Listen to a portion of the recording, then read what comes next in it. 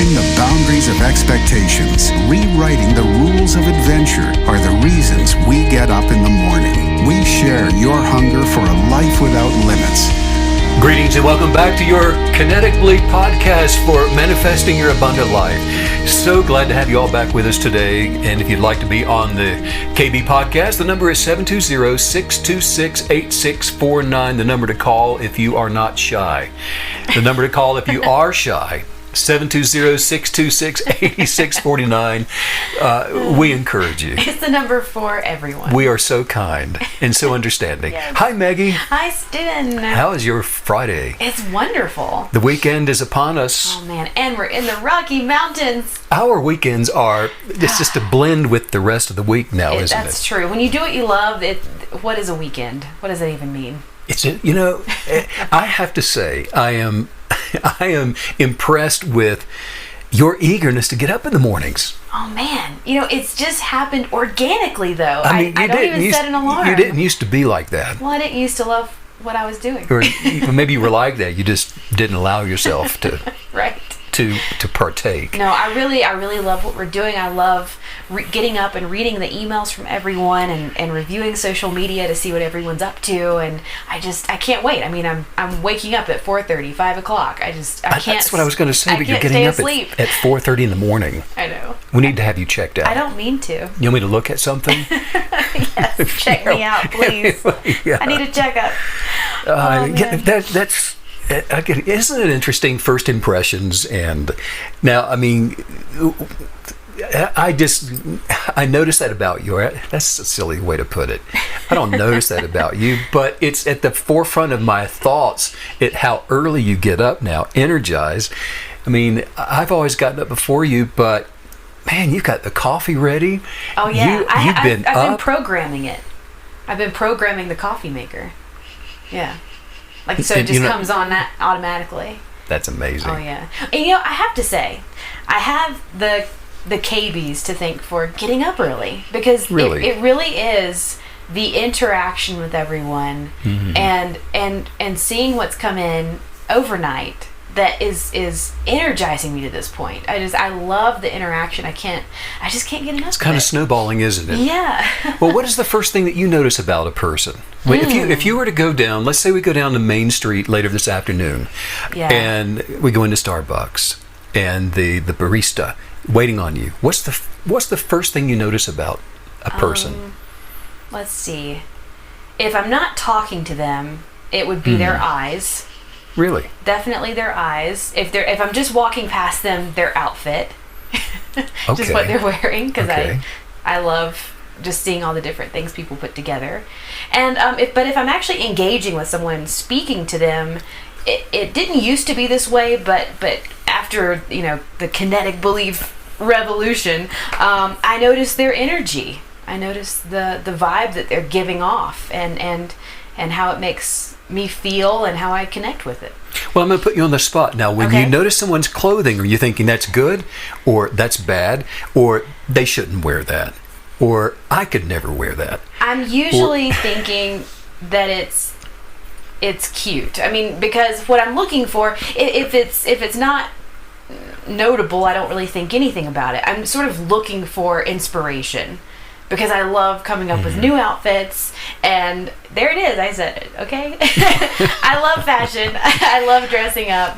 And even your look, I've got to say, is so cool. You are now, the jeans that you just bought. Oh, it's life-changing. It really is. Describe them. Well, they're bell-bottoms. They're just high-waisted, full-on 70s bell-bottoms. And I have looked for these for literally years, but no one was making them. I was on the brink of making my own, actually. I'm like, I'm just going to cut it up and insert a panel, because I love bell bottoms. But that's fashionable. That's actually the way that it was done back in the 70s. That's true. I think it's probably how they first started. Yeah, but those are very cool questions, and I like considering that. But yeah, I look to other people just for inspiration, and not even to copy it, but just to be just to enjoy. But there was a young girl, I think yesterday, that noticed your bell bottoms. So sweet. She was probably 13 or 14, and she just very shyly was standing in line beside me at the coffee shop, and she said, "I just love your look." She said, those bell bottoms are so cool. She went, I could never pull that off. And I just laughed. I'm like, you look amazing. Of course you could pull it off. The 14-year-old generation, they need to go to the bell bottoms, right? And the wallabies and the tie-dye. Really, I actually think that this the most recent generation, I've lost track of what we're calling these generations. But I think the younger kids now are sort of bringing back the 70s style, because I'm noticing that it's in stores. I mean, it's everywhere. Silly way to interact. KBs, what do you like to wear? Let Megan know. Send her an email. Send me photos. Yeah. I love it. Fashion's fun. Please, right? yes. But you know what? That's when you look at somebody and first impressions, it really tells you a lot about yourself, because KBs are transcending perspective. I mean, that's what we work at. That's what we talk about on these podcasts. That's what I write about. That's everything, right? Yes. Transcending perspective. Rather than feeling, well, for example, threatened by other people, by what they're wearing, or feeling superior to someone or inferior to other people. As a KB, we begin by the transcending of perspective to see other people and just they are as they are, which is okay. There's not a good, there's not a bad. There are things that inspire us as KBs, but as they are, it's okay for them. But what they are, you see, is an extension of ourselves. In other words, when you see a cute outfit, you are imagining that as an extension of yourself in a way that inspires you to perhaps go out and magnify certain elements of what you see. Maybe you tie a little scarf onto your wrist, onto your leg. Yes. I don't know, but it becomes an extension of yourself. And then I think that within each person, you see, my perspective is that when I see somebody, I'm seeing the same life source that created all of us alike, regardless of the exterior appearance, with the same abilities to perform, to love, to experience ourselves. And so I was telling you this the other day, what a privilege it is, when we've been out to dinner with someone or with some friends, or we've met someone, without even thinking about it, I place my hands together in recognition of the Creator that's within them. Right. When we're saying goodbye, it's just a quick acknowledgement that there's common source within both of us. And outside of that, now, somebody says, well, I have a hard time doing that. You don't know what they did. You don't know what they said. Or they're reminding me of something bad or whatever. But no, listen, antics, and that's what you're talking about. Antics are nothing but antics. It's exterior. It's superficial. It's people experimenting with identifying with a narrative, with stories that the ego likes to tell them, which isn't going to last. It's part of the nature, though, that they are working on changing and developing and transcending, just like you. But they may be at a place in history that you passed by that long time ago, and you've moved on, and you're somewhere else.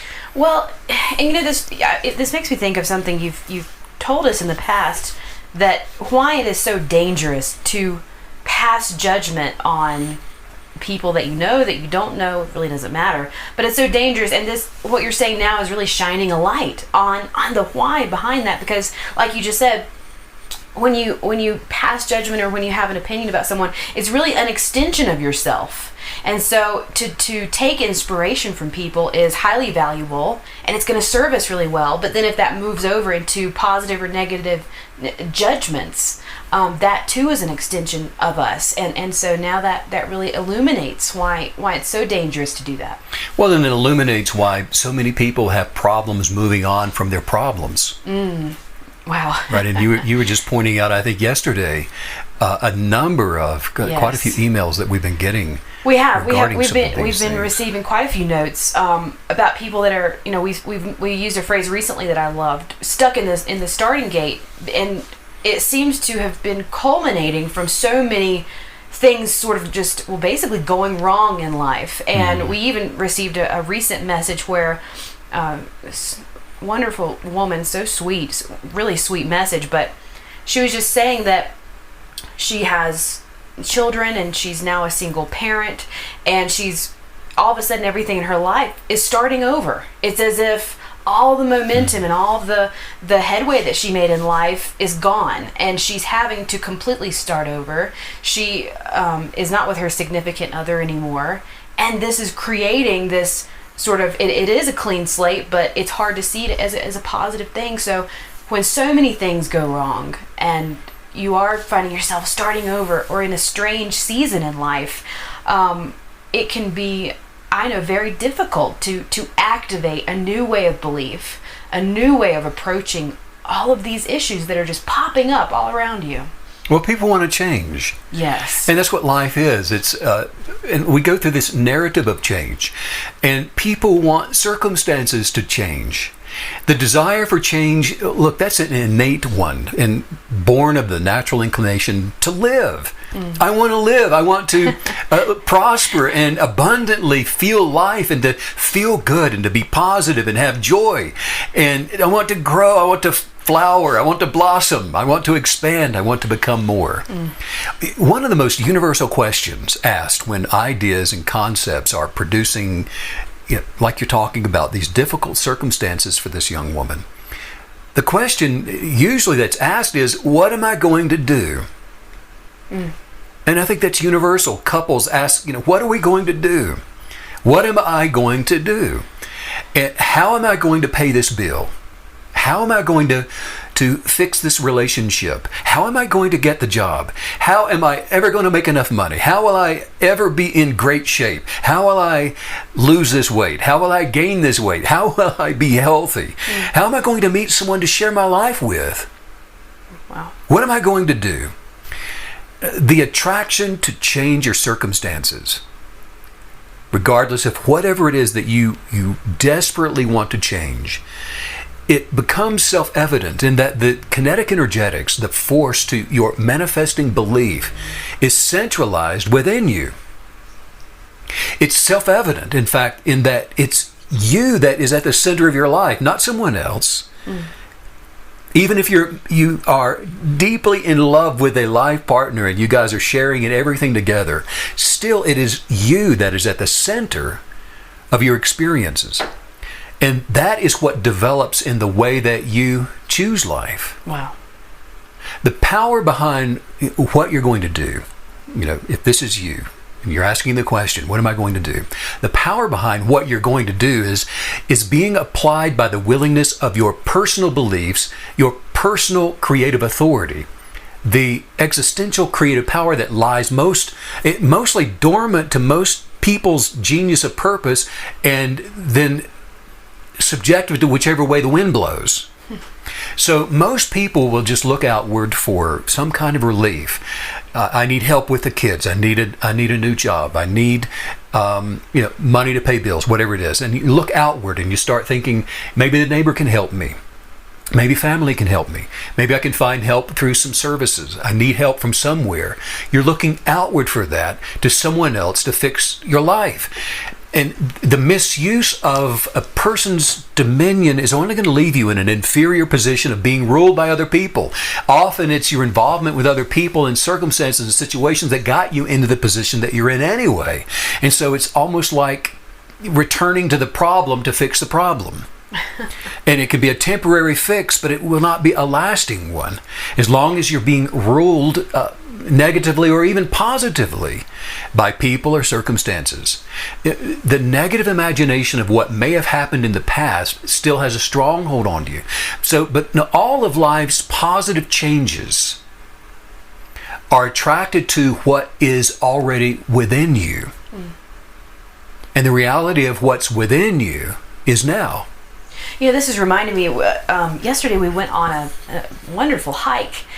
But we had never been on this hike before, and we came to a fork that was unmarked. And it was very clear path to the left, a very clear path to the right, and it did not indicate which one we should choose. And it's reminding me of that because everything that you're telling us now, it when we have these new circumstances in life, the landscape is so unfamiliar.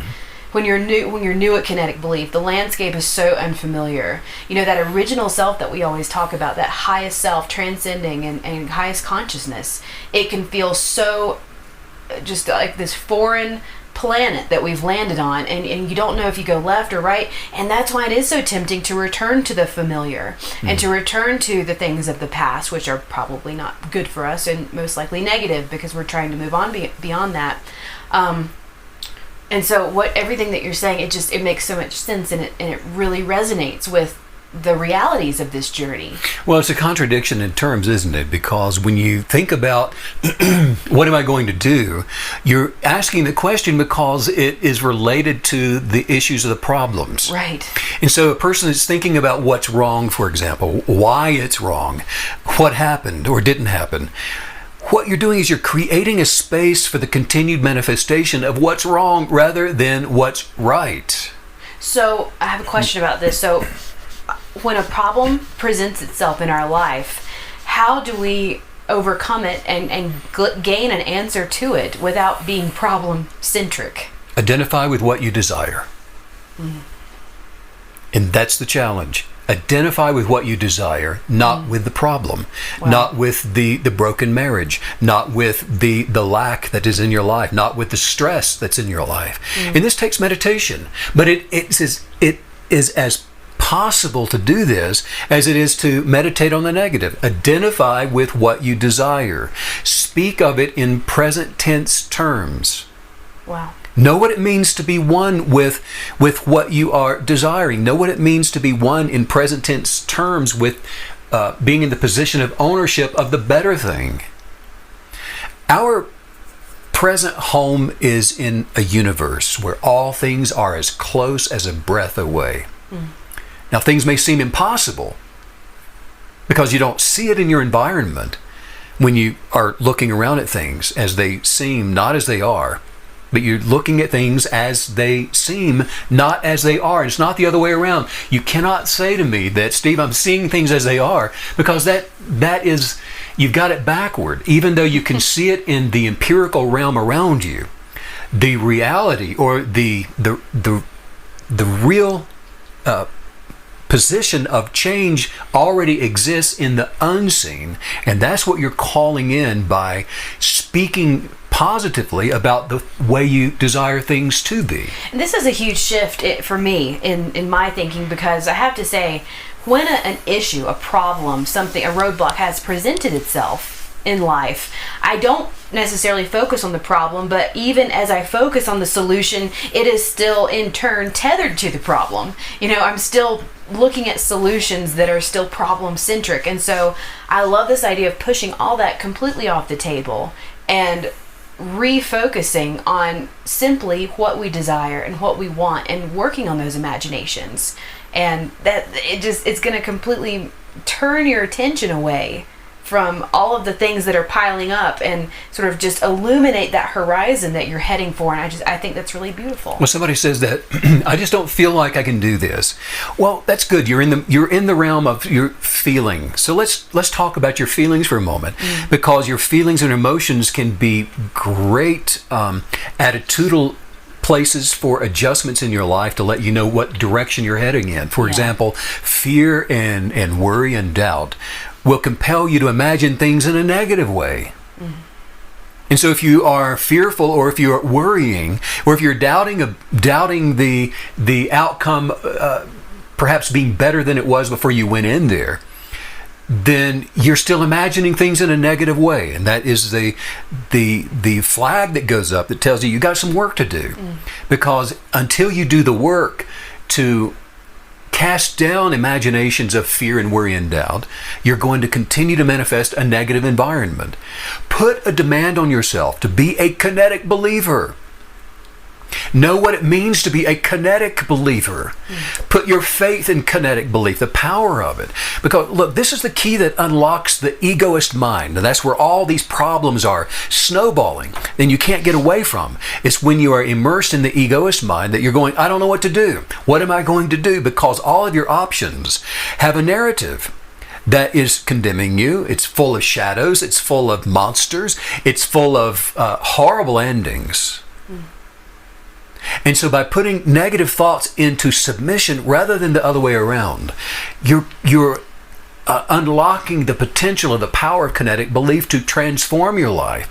Being a KB on purpose transcends human consciousness by awakening to the universal cosmic consciousness. I have a bit of a tangent question here. You mentioned that we are going to need to meditate to follow through with all of this and actually activate it into our lives as a kinetic believer. But I have the feeling that you're not talking about, sitting on a pillow, touching the tips of our fingers, just being silent for a half hour. I want to understand in reality and in depth what you mean by meditation. Identify. Meditating to identify with the power of kinetic belief, what it means to be a kinetic believer, calling yourself a KB, if that's what it takes, and being proud of the fact that you are a KB. Obsess over being a KB. Awakens you to life above the noise of the world, because the noise of the world is a thing that you've been identifying with. The constructs of fearful antics, you've been identifying with that. You've been identifying with loss, identifying with brokenness, things that aren't working right. But by meditating to identify with being a kinetic believer, unchanging in your expectations for your highest viewpoints to manifest into your life, changes things. Wow. That really blows the typical definition of meditation sort of out of the water, because you just painted this picture of we're carrying this identity focus with us throughout the day. We are meditating on it everywhere we go, within conversations, within just any sort of interactions or just, all the life stuff that's coming up throughout the day. It's involving our meditative process. That's so cool. It's not by the sweat of the brow. It's not getting up earlier to try to keep up with you, Maggie. It's not working harder and longer days. It's not working 2 or 3 jobs. It's none of that. Look, higher consciousness already exists. You're not becoming something that you aren't already. Wow. When by the power of kinetic belief, you elevate consciousness, which means you're elevating your awareness of who you are. What you're doing is you're transcending what you are not, what you have believed to be that you are not. You're unbecoming what you've believed out of the abyss of fear and doubt and worry. And by doing this, you rewild to your original truth. And that's key here, because this is where it is self-evident that the force to be applied is within every single person. So we're not going outward to find the answers. We're going inward, looking within. Everything you'll ever need to overcome the obstacles you're faced with right now in your life is located within you. And so we meditate within to locate the power of the source of life and wisdom and our genius of purpose. And we activate that by becoming on purpose a KB. And the difficulty that most people face, Meg, when they finally come to the end of themselves and everybody around them, the problem that they face typically is to trust themselves enough, to trust in the power that exists within.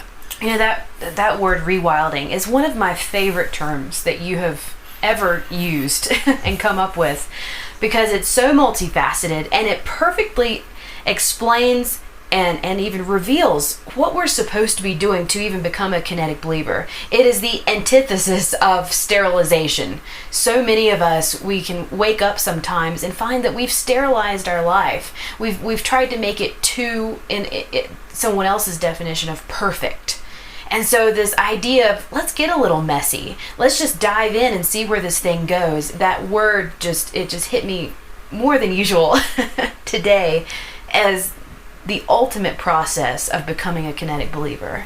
All right. And so by unbecoming and rewilding back to the original source, the original genius of purpose, you're then free to expect the use of external forces coming to the rescue, not because you are exercising in your dominion in a wrong way, forcing and manipulating things to come and serve you. No, that's not it at all.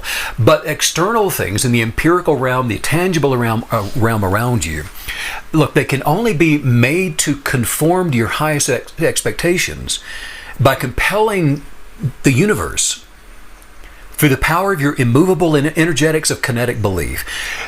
Every single person has to identify with the power of kinetic belief that already is on the inside. It's the same power that masters any endeavor that you will see the successful artists and athletes use. It's the power that was used to create the entire universe. I love what you just said about not needing people to come to the rescue, not needing to look to those external sources. It made me think, not too long ago, you were telling me how if you release a pig from a farm into the wild, how it's going to grow tusks to survive. Right. And I think we've been camping 1 or 2 days too long or something. I think so. And you're like, I think your teeth are getting a little long. Right? But I just think that's such a fun comparison here, because as you rewild and as you step into kinetic belief, you grow all the necessary qualities to thrive on your own in this world, in this life, in the wild. We were made to live successfully, our original self, our original purpose. And maybe we need to grow some tusks so we can get out here and, and do everything on our own and be all that we need to be with in conjunction with the universe. Yes, yeah, to compel the universe, and that's really what we're talking about. Yeah. To compel nature, to compel circumstances, to compel the law of attraction, to obey the space that you're creating for your best intentions. You got to use the internal force of kinetic belief. You have to do it this way.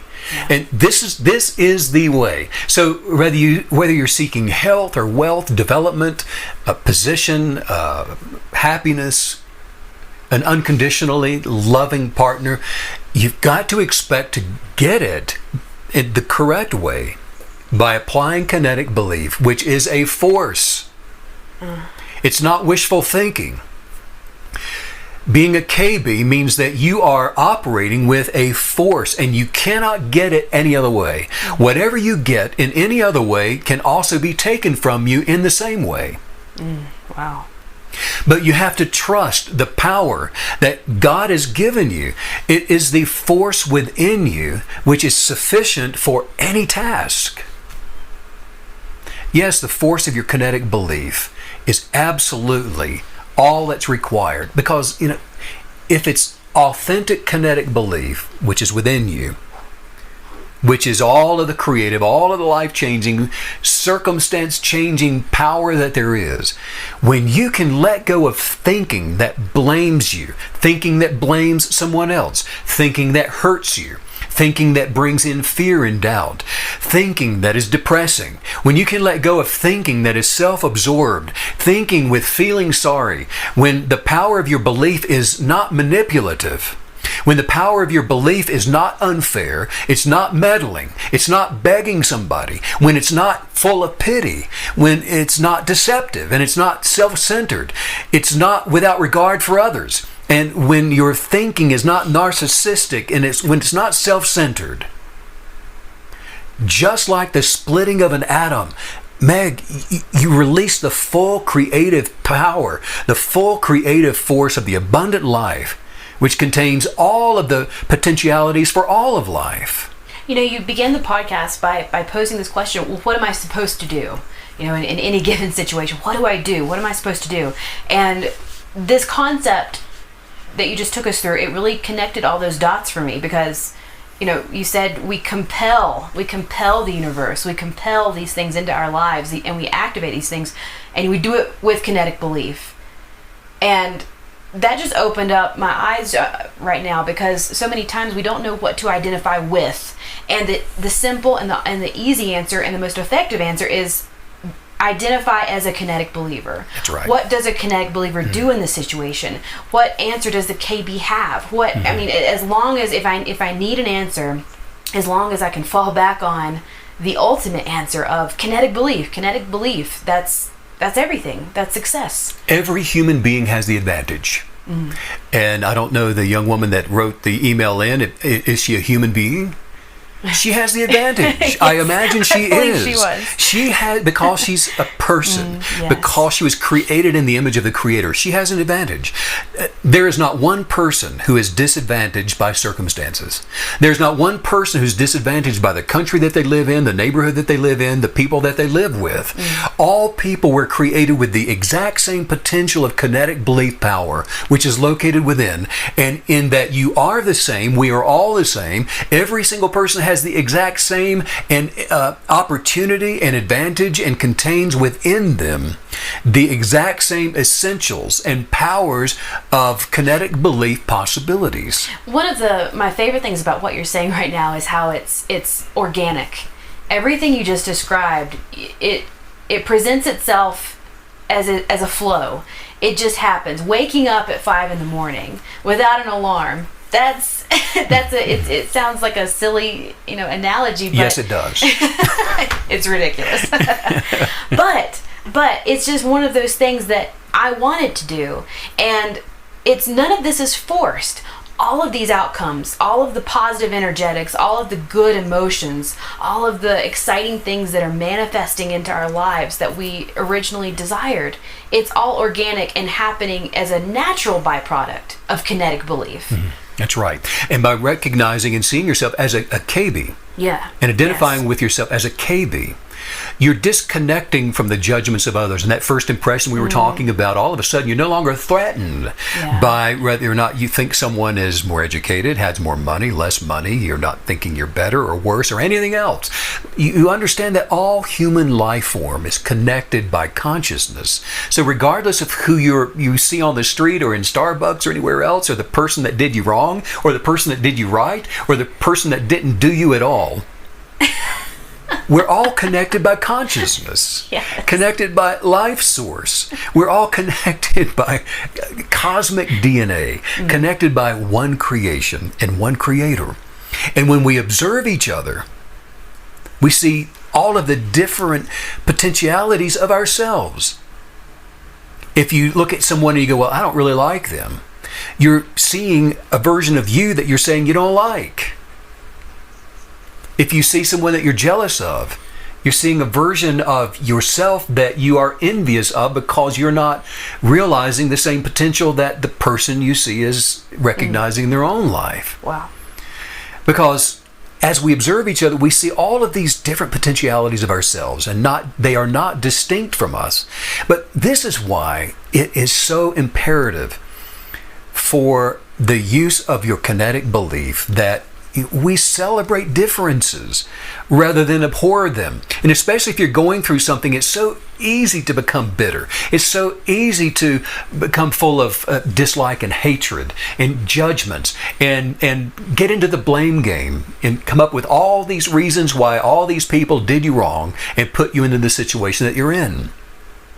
So it's imperative that you use your kinetic belief to celebrate differences rather than to find reasons you don't like them. And we champion each other regardless of what we're going through, regardless of what we think that we're going to go through, which I hope you're doing neither one of those anymore, because you're a kinetic believer. You're seeing things as you want them to be, not as you thought they were or could be. But we champion each other's successes. We champion each other because we recognize that we're all from the same source, and we don't become jealous of anybody or upset with anybody. That's the thing that through the meditation of kinetic belief, in working on that genius of purpose within you, and working on your imagination and your desire, and thinking of all the things that you're grateful for, and learning your new language, the language of edification and championing and lifting up and celebrating not just other people, but all of life, the planet, in the universe and beyond. We champion each other. Nobody ever had a talent which you do not have. We share in the commonality of all potential. Potential is nothing more than what is possible, either as a developed or an undeveloped faculty, which has been seated within every single person. Wow. But when we begin to measure ourselves by what we're going through, and we think of ourselves as less fortunate, for example, than someone else, or why is all this happening to me? Why is my life just a wreck right now? You're defining it when you're doing that, by the way. Right. And you are making sure that you're going to continue to manifest the things that you're complaining about tomorrow. Wow. So potential is nothing more than what is possible. nobody ever did a thing that you cannot do by developing the faculty or the talent that's required that's already within you. We were talking about this little girl that plays the piano, and I think, she was wonderful, magnificent pianist at the age of 3. And the thing to recognize is that that part of her brain was already functioning at a high level of receiving and being able to, having the musical ability. But that ability exists within every single person. It's not unique to her. Just the temporal ability to play the piano was already unique to her. But we all have that through her and even in ourselves. We're sharing in it. Sharing in it. So since perfection has not been reached in any one thing, even in the 3-year-old girl that we're talking about, and she'll never reach perfection, nobody ever did anything so well and so perfect, so exactly like God, that you would not be able to do it even better than them, better than the quality that you've been inspired by. We spent several months in Taos, New Mexico. Beautiful place. Yes, stunning. Fell in love with it. And we were just awestruck by the beauty of the desert colors that Georgia O'Keeffe had painted. And she was an American artist who painted nature. And she I don't know if she grew up there, but she spent a good part of her life there in the desert of Taos. Back in the early 1900s, in a way that showed, and she painted in a way that showed how nature made her feel. Her genius actually is best known for her paintings of flowers and all of those desert landscapes. And she used the power of kinetic belief, Meg, through desire, through the imagination, gratitude, how she spoke and what she did, in order to develop in this unique and new way of painting nature at that time. And the genius of her purpose was permitted by her willingness to simplify the shapes and all the forms of those desert colors. And because of that, Georgia O'Keeffe was called a pioneer. And even more importantly, she experienced the fullness of her awareness, delighting in what she purposefully observed around her. And when I say, we can do those things even better, it's not for the sake of being better or worse than anybody else. I'm talking about being inspired by what is inspiring around you.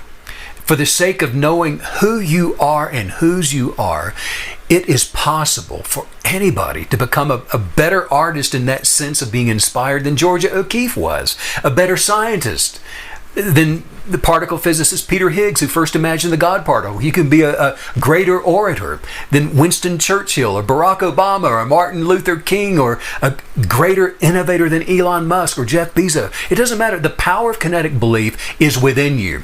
It's within the one who sent that email. It's within me. It's within every single human being. And it is only a matter of you developing it. Today's podcast is also taking us back to being reminded of the importance of kinetic belief journaling, because it's all about identifying with kinetic belief, identifying as a kinetic believer. And without the tethering to that concept through journaling, because there's something really specific. I was meditating on this just the other day. There's something so vibrant and it about writing, journaling. It really does bring to life the concepts, the fresh ideas, the identity of being a kinetic believer in a way that nothing else can. Yeah, you're going to have to identify with it.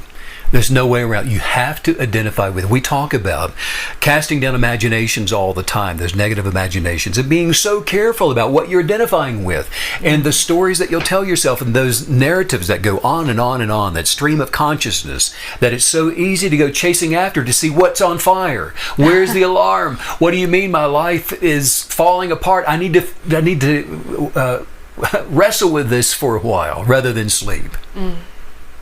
You have to identify with it. You've got to be able to say to yourself, you know what? I'm a KB. I choose my beliefs. And because I have a divine right to the power that exists within me, I will not be moved from the absolutes of my dogmatic determinations. I don't care what you say. I don't care what you show me. I am empowered to succeed. Therefore, whether anybody else likes it or not, whether they care or not, it doesn't matter if they believe me or not, I am abundantly prosperous in every area of my life. So today, right now, Meg, with this life, my life today has been set before me this Friday, and this weekend is set before me. So the life that exists within me is the most perfect occasion for me to delight in, just to delight in, for the sake of delighting in it. To be grateful in it, for the sake of being grateful in it, for favor and for advancement to come to me. The reality of your presence is that you have the force. It all becomes a matter of directing that force. Wow. Look, the force of kinetic belief, when you identify with it, is sufficient. It is sufficient. That's what it's for. It's sufficient for all things being possible for you. And the only question that remains then is whether you are going to choose to learn to use it constructively or not. Right. Now, this is really important. The reason this question is so vital, are you willing to learn to use kinetic belief constructively? It's so imperative that you answer this question, because you must bear in mind that every act of force, every influence of power is either constructive or destructive in its tendencies. All of nature, including the law of attraction, including kinetic belief, nature is always working along two general lines while integrating atoms through particle attraction. It's drawing them together into forms that we can see through the tangible in the empirical world. And it's scattering and it's dispersing the same atoms while dissolving the forms. So those same agencies that we work to organize are employed in the construction and the destruction of the elements of the life that we will experience, that a person will experience. There is no duality that will prosper the human soul, and we do not find two sets of forces at work in favor of any one object. There's a duality nature of consciousness, the human consciousness versus the universal consciousness, which we are transcending to, raising our level of consciousness, to leave behind the human consciousness, the human construct of the egoist pursuits, to settle into this enlightenment of oneness, consciousness, with the wisdom of purpose, the wisdom of awareness. This is why it is so important that whatever you're going through in life, that you settle it. And like you're saying, Meg, that you journal your highest expectation and that become your reality, because until you do that, you'll remain double-minded and persuaded easily as you reason with possibilities and all of the choices that life will throw at you, because it's the double-minded person that will be a victim to irrationality, to chaos, and to all the whims of change.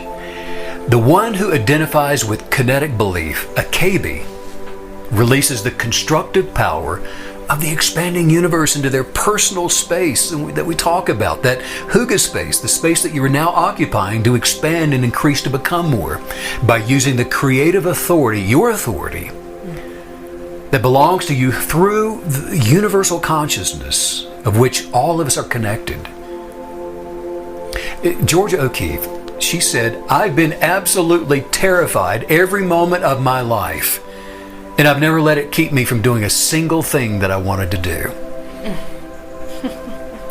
The highest power of unconditional love, because of the nature of unconditional love, never fails to serendipitously meet you at the place of your highest expectations. Never fails. Never fails. Just like love never fails.